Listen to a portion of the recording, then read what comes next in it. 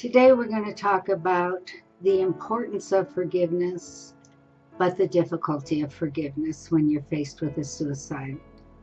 The last suicide that we're going to talk about in this series is the suicide of my husband. That was in 1995, and it was a very difficult suicide for me. The other suicides that we discussed were all private suicides. They're things that I had to deal with on my own. They're things that emotionally they were stressful for me, but I didn't have to include others in that stress. I call them private suicides, whereas my husband's was a very public suicide. We had been well known in the state of California with the church that we were in and the people that we were involved in. And we'd been in New Mexico for 4 years and also very well known in our church and in the community. So this one was more difficult because it was much more public than the others. This didn't just involve me. This involved our 3 children who were 12, I have adopted daughters, and 9 years old at the time. This involved people that knew my husband. This involved people that were affected by his life in a good way and now in a negative way. So this was probably the most difficult suicide to deal with on an ongoing basis. God tells us in His Word that we need to forgive in order to be forgiven. He says that in Luke 37. He says, forgive and you will be forgiven. It's a choice. It's not an emotion. It's not something that you get the feel goods when you say, I'm going to forgive somebody. And forgiveness in this instance was one of the most difficult walks I had with the Lord. Not only initial forgiveness, but ongoing forgiveness. When my husband took his life, it was very detrimental and horrid for me and for our children. One of the things is he had a different relationship with each one of my girls. The oldest one was kind of his friend. The middle one had a very difficult relationship with her father, and the youngest was actually closer to me. Because they had no closure with his suicide, one of the things that I chose to do was to let them write letters to him. They were letters that I did not look at. They were letters that were put with his body when it went to cremation so that they would at least have an opportunity for closure. That was very important. When you have children, you need to give them an opportunity to talk. You need to give them an opportunity to make decisions. Probably one of the most detrimental things I did for my children during this time is I didn't want to talk about his suicide. And for years, I don't think I allowed them the freedom to talk about his suicide in whatever way they chose. Later in years, I had to ask their forgiveness for not making this topic of losing their father, not making this topic of his suicide a real open discussion point in our home. I think with your children, it's really important, or family members, it's important to give them the opportunity to talk.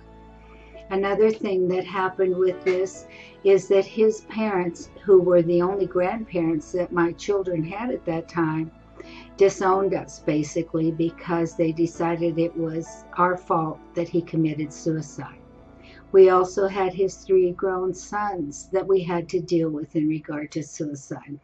So this one just kept going on and on and on. It didn't just come easy. In Mark 11 verses 24, it says, for this reason I am telling you, whatever you ask for in prayer, believe, trust, and be confident that it is granted to you, and you will get it. And whenever you stand praying, if you have anything against anybody, forgive him and let it drop. Leave it, let it go, in order that your Father who is in heaven may also forgive you your own failings and shortcomings and let them drop. I had to work my way through forgiveness. Forgiveness was vital. I knew that in my walk with the Lord. By this time I had been walking with the Lord for quite a while. but it was also probably one of the most difficult things that I have ever faced in a suicide. I did not want to forgive him when I saw pain in my children's faces. I didn't want to forgive him as I went through the years and watched things happen in their life, that I could look back and say this part of this was due to his suicide. I will tell you that forgiveness of a person that has hurt people around you is very difficult. I had to walk through that walk for a very, very long time. I can truly say now that I have forgiven him, but I will tell you it was the most difficult walk I've taken. One of the good things, though, God is always, always faithful. Because I'd been through a suicide in my own father's life, I could almost help my children because I almost knew what they were thinking before they said it. I knew the guilt that one of them faced, as we talked about guilt before. I knew the anger that was in another one of them. I knew the almost not willingness to accept in another one of them. I think it's very important to understand God says in Romans 8:28 that he will use those things that happen in our life for good once we're called by him. And so although my father's suicide was difficult, it allowed me to help my children through their father's suicide. God doesn't allow anything that happens in your life to be done in vain if you allow him to heal it and then allow you to touch other lives because of it. He will use those things. Those things build blocks in your lives, and those building blocks allow you to help other people. One of the things that I found during this suicide is I have a tendency to be kind of an independent person. I think that I can handle things, and I needed to understand my dependency upon God in this situation. God tells us in 1 Corinthians 12:2 that in our weaknesses, God is made strong. The thing that God showed me through this was I needed to be able to ask for help. I was weak.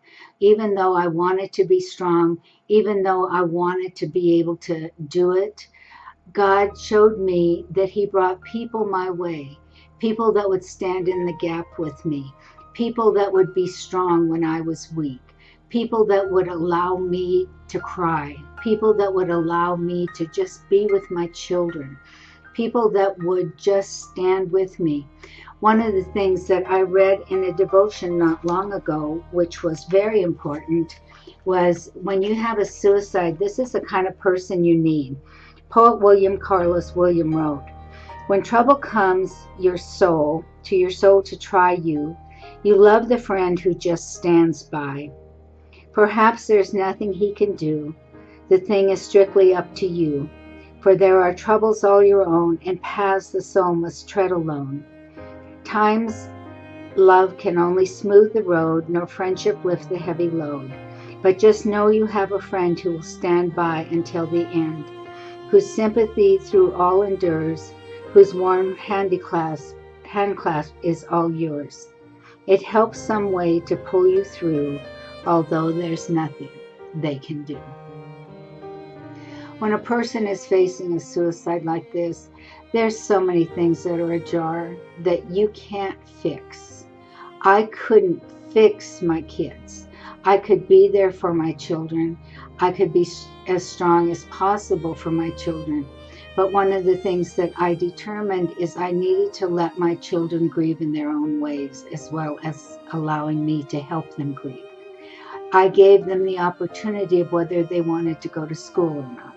I gave them the opportunity of whether they wanted to go visit with friends or not. I tried to make a lot of what happened during this time their choice, and it had to be their choice. I found that when my father died, and because I couldn't grieve him, because I wasn't allowed to talk about it, because I wasn't allowed to say what I wanted to say, that it was so important to me that my children had this opportunity. God allows people to come into your life to walk with you and talk with you through these things if you allow them. But you've got to be willing to tell them what works for you. You've got to be willing to say, this is an area I can't handle. Can you handle it for me? In my case, one of the most important things that happened is people answered my telephone for me.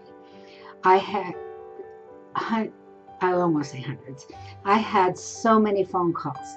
And one of the most difficult things about these phone calls is because these people knew my husband so well, the question was, why? I couldn't answer that question. You aren't going to be able to answer the question of why.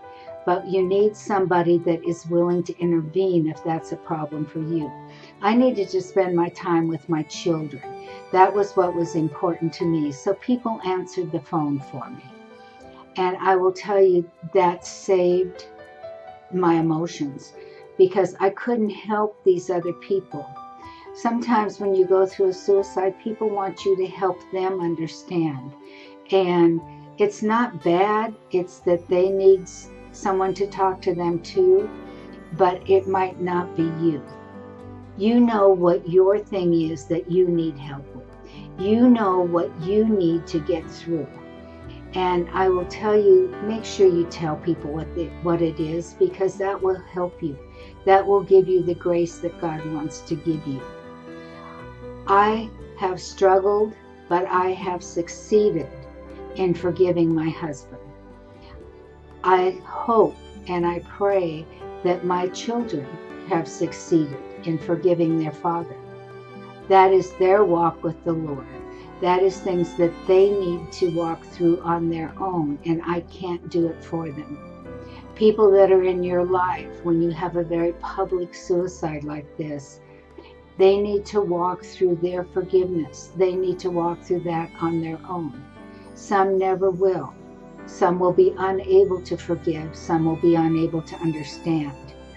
But your responsibility, the thing that needs to happen in your life so that God can give you the forgiveness that you need, is that you need to forgive this person that's committed suicide. Forgiveness comes from God. Only God can touch your heart. Only God can be the one that can give you a forgiving heart. It doesn't mean all the emotions are going to change immediately. It doesn't mean that everything's going to be fine, that you're just going to have all the joy. But it means that the sting of that unforgiveness, the sting of that bitterness, the sting of that anger, that can be taken out. And you don't want that root of bitterness in your life. You don't want to hold on to anger. You don't want to hold on to those things, because the person that it strangleholds is you. It is not the person that has gone on before you, but it is you. And I will tell you that forgiveness is possible. And over time, it gets easier and easier, because you continue to choose to forgive. And the sting gets less, the emotions get less tied up in it, but you have to make that choice. That choice is a difficult, but probably the most important choice that you're going to make when you face suicide.